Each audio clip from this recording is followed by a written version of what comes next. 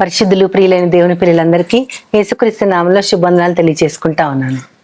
మనము గత 2 రోజులుగా దేవుని దగ్గర మనం కోల్పోయింది ఏంటి, మరలా తిరిగి వాటిని ఎలా పొందాము, మనకు అనుగ్రహించబడిన యేసుక్రీస్తు అనే శిశువు ద్వారా, ఆయన జీవితం ద్వారా కోల్పోయిన వాటిని మళ్ళీ దేవుడు ఎలా మనకి రీస్టోర్ చేశారు అనే వాటిని గురించి మాట్లాడుకుంటున్నా ఉన్నాం. అందులో భాగంగా ఆదికాండం 3వ అధ్యాయంలో 10వ వచనం నుంచి దేవుడు వేసిన ప్రశ్నలు ఒక సిరీస్ లాగా చూస్తా ఉన్నాం. ఆ ప్రశ్నల్లోనే మనం కోల్పోయింది కూడా మనకు తెలుస్తూ ఉంటుంది. అంటే ఆది తల్లిదండ్రులు వారు ఏం కోల్పోయారో మానవాళి అంతా కూడా అదే కోల్పోయింది. దాని గురించి ఆయన వేసిన ప్రశ్నల్లోంచి మనము సమాధానం రాబట్టుకుంటూ పవిత్ర గ్రంథంలో మనకి ఇవ్వబడినటువంటి వాక్యాల ఆధారంగా మనమే దేవుడు మనకి ఏమై ఉన్నారో, ఏమేమి రిస్టోర్ చేశారో అనేది మనం ఒక వరుస క్రమంలో చూస్తా ఉన్నాం. ముందుగా 10వ వచనంలో 3వ అధ్యాయం 10వ వచనంలో ఆదామా నీవెక్కడ ఉన్నావు అని వేసిన ప్రశ్నకి మనం కోల్పోయింది దేవుని సహవాసాన్ని. తిరిగి ఆయన శిశువుగా ఇక్కడ పుట్టి మన దగ్గర ఆయన సన్నిధిని ప్రత్యక్షంగా 33.5 సంవత్సరాలు చాలా మంది అనుభవించడం మాత్రమే కాకుండా, ఎవరైనా సరే 2-3 కూడుకుని ఆయన నామంలో ప్రార్థన చేస్తే వారి మధ్య ఆయన ఉంటానన్నటువంటి గొప్ప వాగ్దానాన్ని మనం పొంది ఏ విధంగా కోల్పోయిన దాన్ని మరలా పొందామో తెలుసుకున్నాం. అదే విధంగా 2వది 11వ వచనంలో నీవు దిగంబరివి అని నీకు తెలిపిన వాడెవడు అన్న ప్రశ్నని మనం చూసుకున్నాము. దానిని బట్టి వారి నేత్రాలు తెరవబడ్డాయి. అంటే శరీరము దిగంబరత్వాన్ని తెలుసుకోవడానికి శరీర రీతి అయిన నేత్రాలు తెరవబడ్డాయి. అంటే అర్థం ఏంటంటే అప్పటిదాకా వారిని కప్పి ఉంచిన దేవుని మహిమ గాని, దేవుని రక్షణ గాని వారిని విడిచిపోయింది.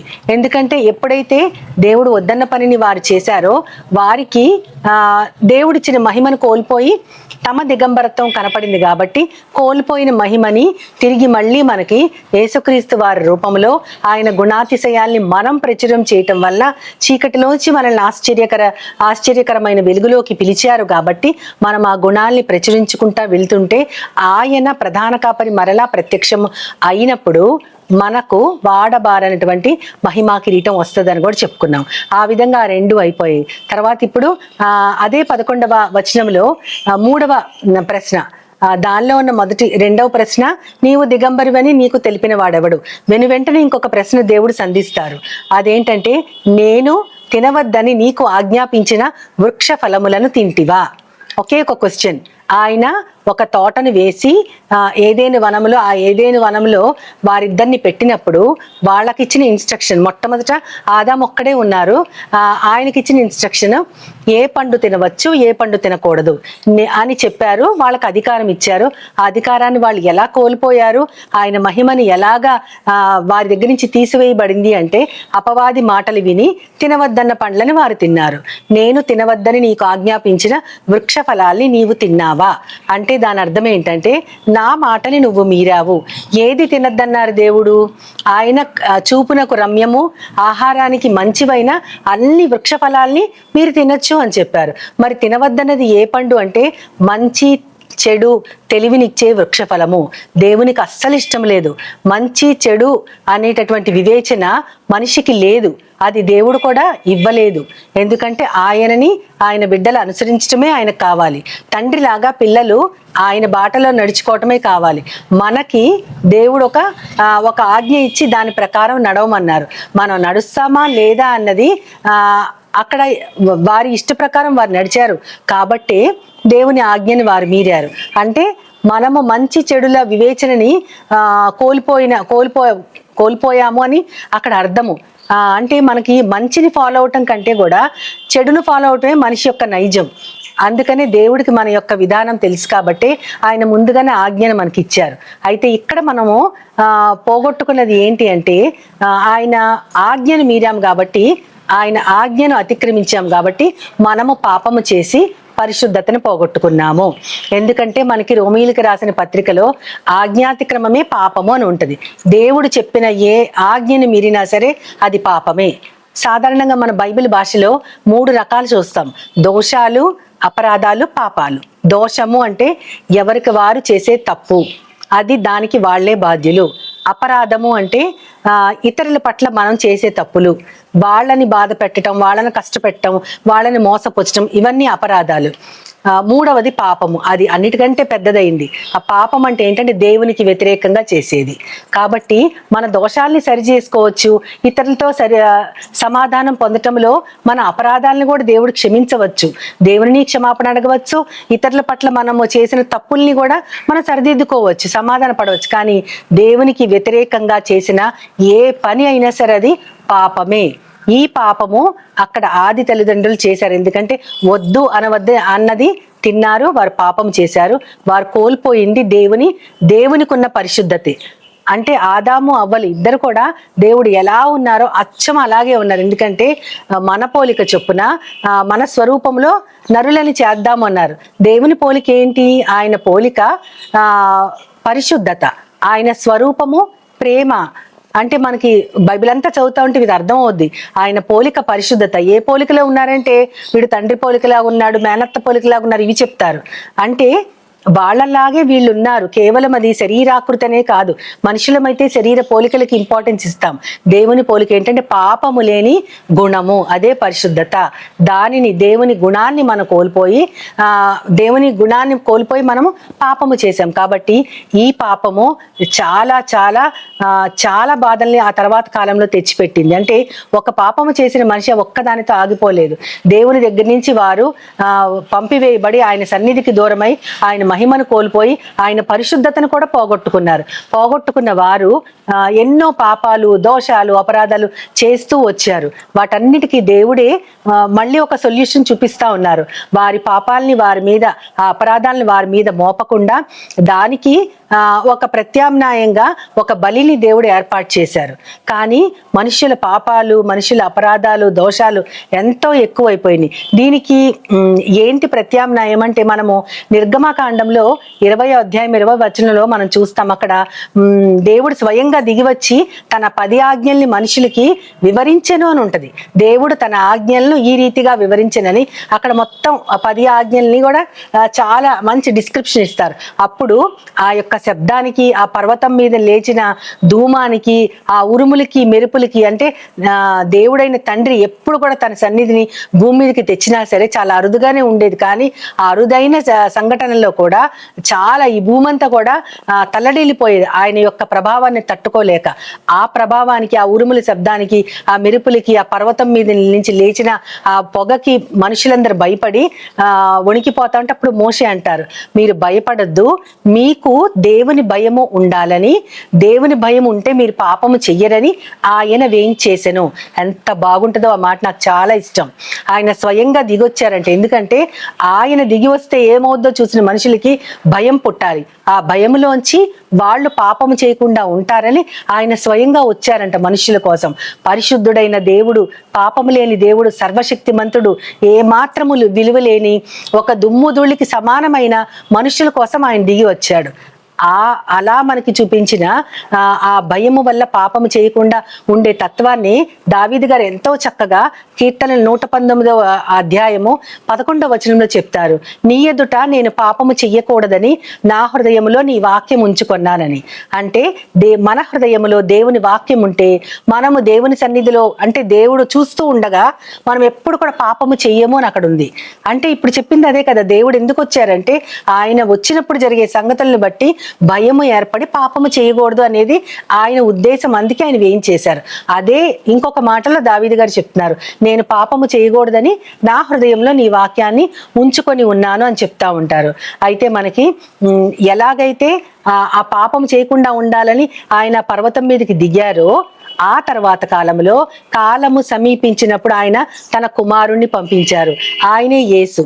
మనకు మత్తయి సువార్తలు చూస్తే 1వ అధ్యాయం 21వ వచనంలో ఏమని ఉంటదంటే, తన ప్రజలను వారి పాపముల నుండి రక్షించును కాబట్టి నువ్వు ఆయనకి యేసు అని పేరు పెట్టుదువు అని చెప్తారు. అంటే యేసు అనే మాటలకు అర్థమే తన ప్రజలను వారి పాపాల నుంచి రక్షించటము. మొదటి తల్లిదండ్రులు ఏ పాపమైతే చేశారో ఆ పాపాలన్నిటి నుంచి రక్షించటానికి ఈ భూమి మీద నరావతారిగా యేసుక్రీస్తు దిగి వచ్చారు. కాబట్టి అసలు ఆయన పేరే యేసు. మనము చేసిన పాపము నుంచి మనల్ని రక్షించి తిరిగి ఆయన పరిశుద్ధతని మనకి అనుగ్రహించాలని ఎంతో కృపతో ఆయన మన దగ్గరికి వచ్చారు. అంతేకాదు, మనం చాలా సార్లు యేసుక్రీస్తు వారు రోగుల్ని బాగు చేస్తూ వాళ్ళతో అన్న మాటలు మనం కామన్ గా ఒక మాట ఉంటది ఏంటంటే, నీ పాపాలు క్షమించబడ్డాయి, నువ్వు స్వస్థత పొందావు, లేదా ధైర్యముతో తిరిగి వెళ్ళు, నీ విశ్వాసం నిన్ను బాగు చేసింది, నీ పాపాల నుంచి క్షమాపణ దొరికింది. అంటే రక్షించటం అంటే విడుదల కలిగించటం. ఎవరినన్నా దేని నుంచి రక్షించాము అంటే దేనికో వాళ్ళు భయపడుతున్నారు, దేనిలోనో బంధించబడ్డారు. చీకట్లో పాపములో మనం బంధించబడ్డాము. మనం బంధించబడిన పాపము మన ఆత్మీయ స్థితిని కృంగదీయటమే కాకుండా శరీర రీతిగా కూడా అనేక రకాలైన రోగాల్ని మనకి తెచ్చి పెడతా ఉంటది. అందుకని ఏ రోగిని బాగు చేసినప్పుడైనా కామన్ గా యేసుక్రీస్తు వారు అనేది, నీ పాపాలు క్షమించబడ్డాయి, నువ్వు ధైర్యంగా తిరిగి వెళ్ళు, నువ్వు లేచిపో, లేకపోతే సమాధానం కలిగి తిరిగి వెళ్ళు అని అంటారు. అంటే పాపం అనేది ఎంత భయంకరమైన స్థితో అది మన ప్రాణాత్మ దేహాల్ని కూడా బంధించేసి ఉంచుతుంది. ఆ బంధనలోంచి ఆ యొక్క భయంకరమైనటువంటి తప్పుల్లోంచి మనల్ని విడుదల చేయడానికి ఆయన యేసుగా ఈ లోకంలో వెలిశారు. అంతేకాకుండా ఆయన స్వస్థత పొందిన ఒక కుంటివానితో కూడా అంటారు. మరలా ఆయన్ని, అంటే అది యోహాను సువార్త 5వ అధ్యాయం 14వ వచనంలో ఉంటది, నువ్వు నీ పాపాల నుంచి విడుదల పొందావు, స్వస్థత పొందావు, నువ్వు మరలా పాపము చేసి ఇంకా ఎక్కువ కీడులో పడకుండా ఉండాలంటే అసలు నువ్వు పాపము చెయ్యొద్దు అంటారు ఆయన. ఇంకా ఎక్కువ కీడుని కొని తెచ్చుకోకు, ఆల్రెడీ నువ్వు బాగుపడ్డావు, నువ్వు నడుస్తున్నావు, నువ్వు ఇంకా ఎక్కువ కీడులోకి నెట్టివేయబడకుండా ఉండాలంటే నువ్వు పాపము చేయకుండా ఉండు అంటారు. అంటే ఒకసారి విడుదల కలిగిన వాళ్ళు మళ్ళీ పాపం చేస్తే మరింత కీడులోకి నెట్టివేయబడతారు. అంతేకాకుండా మనకి యోహాను గారు రాసినటువంటి మొదటి పత్రికలో మనకి చెప్తా ఉంటారు. అక్కడ ఏమని చెప్తారంటే, మొదటి అధ్యాయము 7వ వచనంలో చెప్తా ఉంటారు, ఆయనలాగా ఆయన వెలుగులో నడిచిన ప్రకారము మనము కూడా వెలుగులో నడిస్తే ఆయనతో అన్యోన్య సహవాసము కలవారమై ఉంటాము. ఇందాకే చూసుకున్నాము, మనము చీకట్లో మునిగిపోయి ఉన్నాము, దేవుడు వెలుగుగా ఈ లోకంలో ఉదయించారు. కాబట్టి ఆయన వెలుగు కాబట్టి చీకటి క్రియలన్నీ మనం విసర్జించి వెలుగులో నడిస్తే ఆయనతో మనము అన్యోన్య సహవాసం కలవారమై ఉంటాము. మామూలు సహవాసం కాదు. మామూలు సహవాసం అంటే జస్ట్ కంపెనీ అంతే. అన్యోన్య సహవాసం అంటే గాఢంగా పెనవేసుకుపోయిన బెస్ట్ ఫ్రెండ్షిప్ అనమాట. అన్యోన్య సహవాసం కలవారమై ఉంటే అప్పుడు ఆయన అంటే దేవుడు తన కుమారుని రక్తము ద్వారా మనలను పవిత్రులుగా చేస్తారు. ఇక్కడ మొత్తం అన్నిటికీ సమాధానం దొరికింది. కోల్పోయిన సహవాసాన్ని తిరిగి మనం వెలుగులో నడిస్తే ఆయనతో అన్యోన్య సహవాసము కలిగి ఉంటాం. అంతేకాకుండా ఏ పాపం వల్ల మనం బంధించబడ్డామో ఆ పాపాల నుంచి రక్షించడానికి యేసుక్రీస్తు వారు వచ్చి మరణించి తిరిగి లేచి తన తండ్రి దగ్గరికి వెళ్ళిపోయారు. కాబట్టి ఆ తండ్రి మనం వెలుగులో నడిస్తే ఆయన మనల్ని ప్రేమించి మనతో పాటు నడవటమే కాకుండా ఆయన కుమారుని యొక్క రక్తము ద్వారా మనలను పవిత్రులుగా చేస్తారు. ఇప్పుడు పాపము చేసిన మొదటి తల్లిదండ్రులు అక్కడి నుంచి మానవాళి మొత్తము కూడా పాపములో బంధించబడి ఉంటే ఆయనే స్వయంగా ఆత్మగా ఉన్న దేవుడు శరీరాకృతి దాల్చి ఈ లోకానికి వచ్చి మన కోసం మనలాగే అందరిలాగే ప్రతి అనుభవంలో ఆయన కూడా సహానుభవం కలిగి ఉన్నాడు. మనకి కలిగిన బాధ, ఆకలైనా, అది దాహమైన, కోపమైన, ఏదైనా సరే ఆ యొక్క పరిస్థితుల్ని, అనుభవాలను అన్నిటినీ ఆ యేసుక్రీస్తు వారు కూడా కలిగి ఉన్నారు. ఆయన దేవుడై ఉండి కూడా తనను తాను రిక్తుడుగా చేసుకుని పరలోకంలో ఉండే భాగ్యం, తండ్రితో ఉండే భాగ్యము విడిచిపెట్టకూడదని అనుకోలేదు. నేను ఇక్కడ ఉన్నాను కదా, నేను దేవునితో పాటే ఉన్నాను, నేను కూడా దైవ కుమారుణ్ణి, నేను కూడా దేవుని, నేను ఇక్కడి నుంచి కదలను అని ఆయన అనుకోకుండా ఆయన దిగి వచ్చి మన కోసంగా రిక్తుడుగా ఆయన చనిపోయారు. ఏమీ లేనివాడిగా ఆయన చనిపోయారు. ఎందుకంటే పోగొట్టుకున్నవన్నీ కూడా మనకి ఇవ్వటానికి ఆయన రిక్తుడైపోయారు. కాబట్టి ఆ పాపము తన మీద వేసుకొని మనందరి పాపాలకి ఆయన ప్రక్షాళనగా తాను మరణం పొంది తన రక్తాన్ని సర్వ మానవాళికి ఆయన ఇచ్చారు. ఆ రక్తమే ఇప్పుడు మనల్ని పవిత్రీకరిస్తుంది. ఆ పాపాన్ని పోగొట్టడానికి ఆయన రక్తం ద్వారా మనం పరిశుద్ధులమయ్యాం. అంతేకాకుండా యోహాను గారు రాసిన మొదటి పత్రికలో 2వ అధ్యాయం 2వ వచనంలో ఉంటది, ఆయన మనందరి పాపాలకు శాంతికరమై ఉన్నారు. అంటే మనం పాపము చేసి మనం ఆ గిల్ట్తో ఉంటాం. మనము ఏదో తెలియనటువంటి మన మనసులో తప్పు చేసామన్న భావన మనలో ఉంటుంది. అప్పుడు మనకు మనశ్శాంతి ఉండదు. మనం కోల్పోయిన వాటిలో అది కూడా ఉంది. పాపము చేయటం వల్ల పరిశుద్ధతని మాత్రమే కాదు, దేవునికి వ్యతిరేకంగా చేసిన పాపం వల్ల మనశ్శాంతిని కూడా కోల్పోయాం.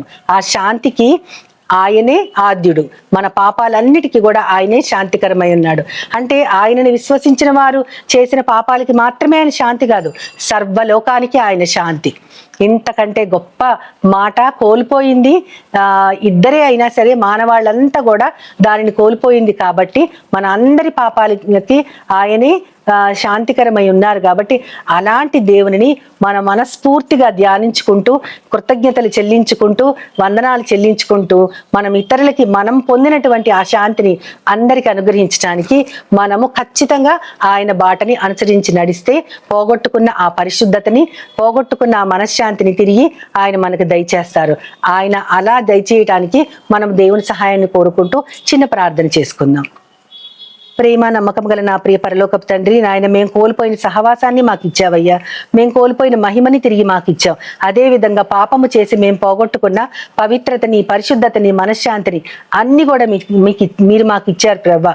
కేవలము మీ కుమారుని యొక్క రక్తము ద్వారా మమ్మల్ని పవిత్రులు చేశారనేటటువంటి ఆ గొప్ప మాట ప్రభా ఎంతగా మాకు శాంతినిస్తుందో, ఎంతగా మమ్మల్ని చల్లపరుస్తుందో, మేమెంత రిలీఫ్ ఫీల్ అవుతున్నామో అది అందరికీ కూడా మేము అందించగలిగేటట్లు మమ్మల్ని అందరినీ కూడా నీ చేతులకి అప్పచెప్పుకుంటూ నీ ప్రియ కుమారుడు నా ప్రియ ప్రభు యేసుక్రీస్తు వారి ద్వారా కోరి ప్రార్థిస్తున్నాను పరమ తండ్రి.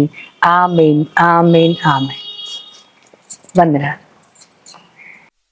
As Jesus now is all.